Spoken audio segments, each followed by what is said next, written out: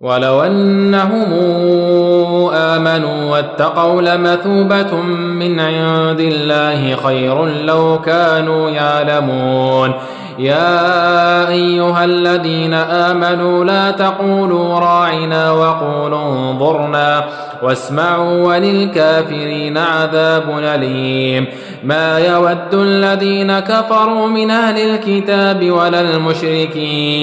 ولا المشركين أن ينزل عليكم من خير من ربكم والله يختص برحمته من يشاء والله ذو الفضل العظيم.